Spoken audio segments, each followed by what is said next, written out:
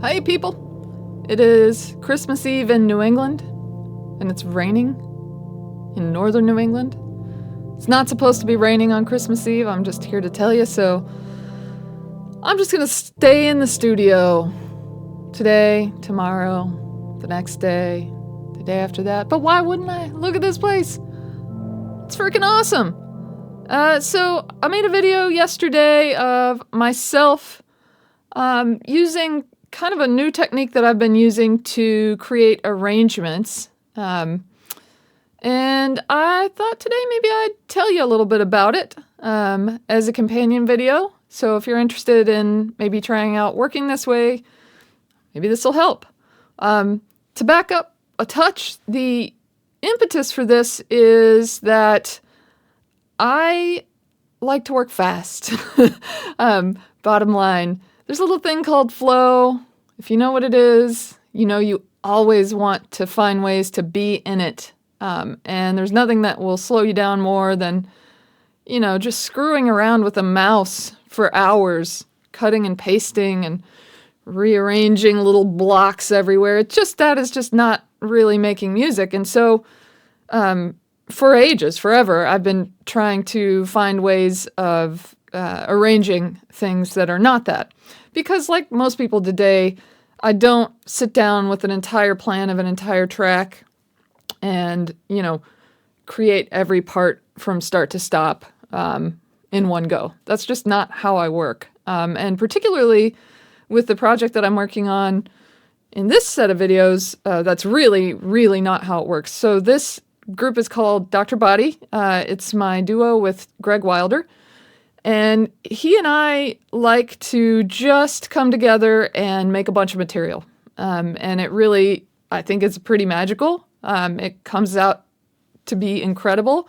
So basically, I am the de facto songwriter of the group. Greg's a composer, not a songwriter. He's a keyboardist, a massive, amazing keyboardist, which is really, those are the chops that he's using in the group.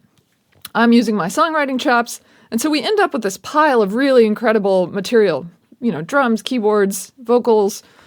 And, the way that looks is like this. So I've taken to using Ableton recently for this type of project. And if you took a look at the video, and maybe I'll insert a little clip here in a second, you can see that there really aren't that many pieces of it. If you look at it, you can see almost all of them are really the same, right? So you've got I'm counting here. You have one kick drum pattern. You have two bass patterns. This is the CS15. Sounds amazing. You have two passes of stuff on the iridium, right? So there's not that much, but these are not super short little loops, right? So this one's 8 measures. This one's 8 measures. Let's see if they're all 8 measures. Sometimes they are.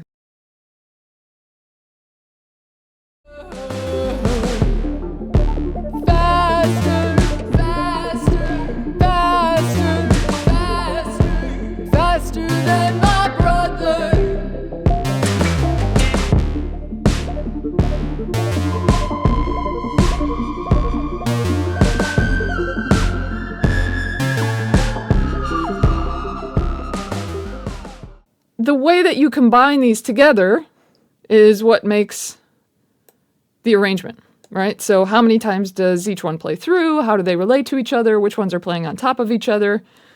That's how you get an arrangement out of this relatively tiny amount of material. And I think if you go listen to the arrangement video that I made, you'll see it doesn't really feel boring, I don't think. Doesn't feel too repetitive even. And it's over 7 minutes long. So even with this tiny amount of musical material, with a little bit of good and musical arranging, I think you can turn it into something pretty interesting. So if you look at how this works, I've got this arranged vaguely into scenes. And one of the tough things about this particular track is that we wanted to change the tempo by 10 beats per minute from the intro to the majority of the track, and then up it just a little bit here in these last bits. So going from 72 to 82 to 84. Not a huge tempo difference, but it really causes a pretty massive feel difference. And you can set those, of course, in the Ableton scenes This is not an Ableton tutorial, so I'm not going to tell you how to do that. But when you do that, there are a couple of complications that happen. If you're in scene 1, let's say, and Ableton's main tempo is set to 72 BPM. If I now trigger something from one of these other scenes, just a clip like this, it stays at 72 BPM. It doesn't change to my scene tempo of 82 BPM. So I figured I'd just make an empty scene. And in the video, you can see me actually trigger this empty scene and then immediately trigger clips from the next scene. So the empty scene is at the new tempo. Then I'm able to come trigger, like I think these 3 clips to start the new beat. That's the main part of the song. So things like this are things that I'm finding out as a fairly new Ableton user. It's been a weird and long road with Ableton because there are many things I really dislike about it. I would never, ever, ever mix in Ableton on purpose. I think it's horrible for mixing. I think they've done so many things that are ridiculous with the interface, and it feels like they just did them to be different.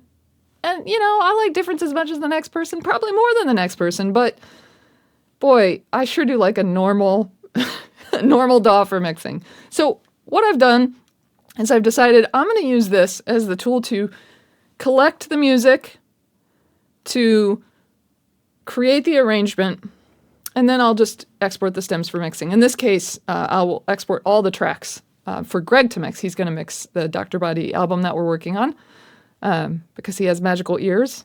He does great, great, great work in mixing.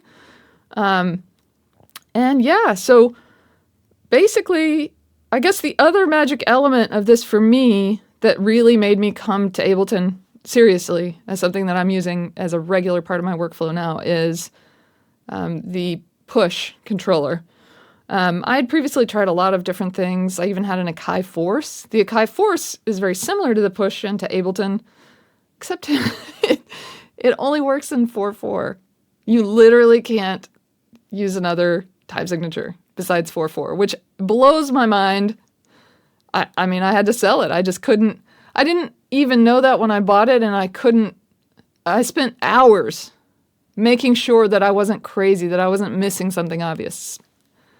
Who makes music only in 4/4? Okay, maybe most people, but Christ alive, please. Anyway, little force tangent. Akai, you will never watch this, but you're an idiot. Akai, you're an idiot. 4/4. Okay. Yeah, so the push is amazing for this because it lets you use your hands. It lets you stay in that flow, which again is the most important thing for me. And even cooler, maybe, it lets you use instruments in Ableton as a convenience, right? So I don't use too many software instruments really at all in final mixes, but it's fun to be able to pull one up and just play. So for example, in this arrangement, we want space for Greg to record some synth solos in his own studio later. So he's going to record some really crazy synth stuff. I don't know what it is yet. It's going to be awesome. But I wanted to make space for that in the arrangement. So the way that I did that was just call up a cool Ableton instrument, and then I can play a little solo-y thing while I'm arranging, which is fun.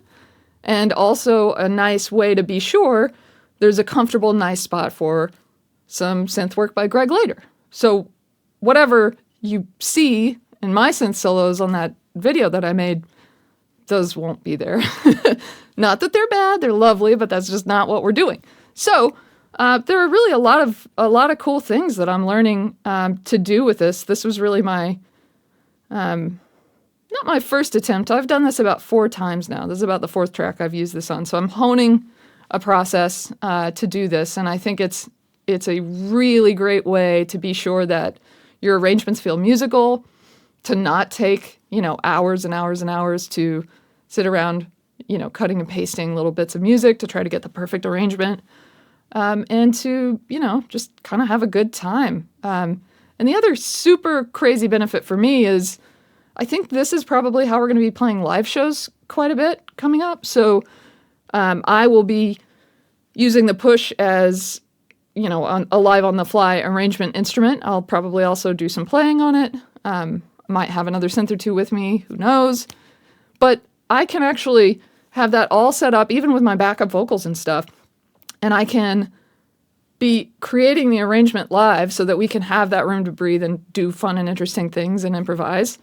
And then when it comes time for me to sing, which is, I don't know, maybe like 25% of the time in Dr. Body I'd be singing. There's a lot of instrumental stuff. So when it comes time for me to sing, I'll just have it set up so I hit the buttons and just start singing. And that's kind of what I was practicing yesterday, was doing a real performance in front of the camera like that. So I don't know. I think it's been a pretty fun time coming up with this method that's working for me. Would love to hear if you have similar methods, or if you've tried this and it didn't work for you, or if you do this kind of thing. I'd love to see any information about how you do it. So yeah, talk to me about it, and thanks for watching. See you guys later.